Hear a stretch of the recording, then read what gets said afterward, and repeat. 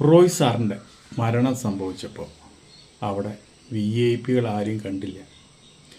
ജീവിച്ചിരിക്കുന്ന കാലത്ത് എത്രയോ ആൾക്കാർക്ക് ഒരുപാട് പൈസ സഹായിച്ചതും ഒരുപാട് ചികിത്സകൾ ചെയ്തതും ഒരുപാട് ഈ ബിൽഡിങ്ങുകൾ പണിത് കൊടുത്തതും അങ്ങനെ ഒരുപാട് ബിസിനസ്സുകാരും അങ്ങനെ ഒരുപാട് മേഖലകളിൽ നിന്നുള്ള ഒരുപാട് ബന്ധങ്ങളുള്ള ഒരു വ്യക്തിയാണ്.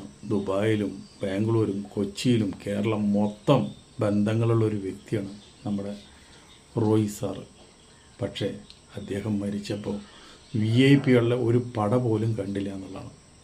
ആകെ വന്നത് നമ്മുടെ മോഹൻലാലിൻ്റെ നമ്മുടെ ആൻ്റണി പെരുമ്പാവൂർ മാത്രമാണ്. അദ്ദേഹം വന്ന് ഒരുപാട് സങ്കടമുണ്ട് അദ്ദേഹത്തിന്. അദ്ദേഹം ഒരുപാട് സങ്കടപ്പെട്ട് കരഞ്ഞിരിക്കുന്ന സീനുകൾ വരെ നമ്മൾ കണ്ടു.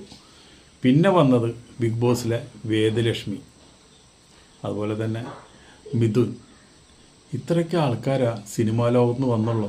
എത്ര സിനിമകൾ പ്രൊഡ്യൂസ് ചെയ്ത ആളാണെന്നറിയാം. എന്നിട്ട് ഈ നന്ദിയില്ലാത്ത വർഗം ഒരാൾ തിരിഞ്ഞു നോക്കിയില്ല എന്നുള്ളതാണ്. ഇപ്പം അദ്ദേഹം മരിച്ചത് ദുബായിലൊന്നല്ലല്ലോ അദ്ദേഹത്തിൻ്റെ ബോഡി ഇരിക്കുന്നത്, ഈ ബാംഗ്ലൂരല്ലേ. ഇവർക്കൊക്കെ കോടികൾ വരെയുള്ള കാറുകളുണ്ട്. ഒന്ന് പോയി അദ്ദേഹത്തിൻ്റെ മുഖം ഒന്ന് അവസാനമായി ഒന്ന് കണ്ടുകൂടെ? അറ്റ്ലീസ്റ്റ് ബിഗ് ബോസിലെ എത്ര ആൾക്കാർ അദ്ദേഹത്തിൻ്റെ പൈസ പറ്റി ജീവിക്കുന്നു ഇപ്പോഴും? അത് അവരെങ്കിലും ഒന്ന് പോയി കാണണ്ടേ? ഇത്രയും തിരക്കുള്ള സമയത്ത് അദ്ദേഹം ഹെലികോപ്റ്റർ എടുത്ത് ആ പാവം മനുഷ്യൻ ഇവിടെ വന്ന് കൊച്ചിയിൽ വന്ന് അദ്ദേഹം നേരിട്ട് അനീഷിനെ വിളിച്ച് 10 ലക്ഷം രൂപ വരെ ചെക്ക് എടുത്ത് കൊടുത്തത്. എന്താണെന്ന കാക്കൽ വീഴിലും കെട്ടിപ്പിടിക്കലും ഉമ്മയ്ക്കലും അനീഷിൻ്റെ പ്രകടനം സാധാരണക്കാരൻ്റെ. അവനൊരു കാറെടുത്ത് നേരിട്ട് ബാംഗ്ലൂർ പോയി അദ്ദേഹത്തിനൊന്ന് കണ്ടുകൂടെ? അതുപോലും ചെയ്തില്ല. അപ്പോൾ മരിച്ചു കിടക്കുന്ന ആൾക്കാരെ ഇതിന് സഹായം കിട്ടില്ലല്ലോ. അതാണ് എല്ലാവരും. ഇന്നത്തെ കേരളം എന്ന് പറഞ്ഞാൽ മനുഷ്യത്വം തൊട്ട് തീണ്ടിയിട്ടില്ല എന്ന് നമുക്ക് വേണമെങ്കിൽ പറയാം. അത്രയും നന്ദി കെട്ട ഒരു വർഗമായിട്ട് മാറി മലയാളികൾ. ഒരാൾ മരിച്ചാൽ പോലും അവർക്ക് വേണ്ടി 2 തുള്ളി കണ്ണീര് പോലും ഇവരെ കണ്ണീന്ന് വരില്ല. സിനിമാ ലോകത്തുള്ളവരെ നന്ദികേട് പിന്നെ പറയേ വേണ്ട.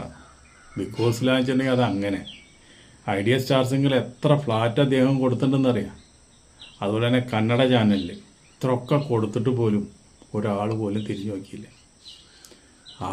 ആകെ നമുക്ക് നമ്മുടെ നെഞ്ഞ് പൊട്ടിയത് ആ പെറ്റ അമ്മ കരയും കണ്ടപ്പോൾ. ആ അമ്മയ്ക്കാണ് ഏറ്റവും വലിയ നഷ്ടം വന്നത്. അത് സഹിക്കാൻ പറ്റാത്തൊരു വേദനയായിട്ട് നമുക്ക് ഇപ്പോഴും നിലനിൽക്കുക. അപ്പോൾ പൈസ ഉണ്ടാക്കി കഴിഞ്ഞാൽ ആ പൈസ നമ്മുടെ കയ്യിൽ ഉണ്ടെങ്കിൽ 10 ആൾ കൂടി ഉണ്ടാവും, ഇല്ലെങ്കിൽ ഒരു പട്ടിനെ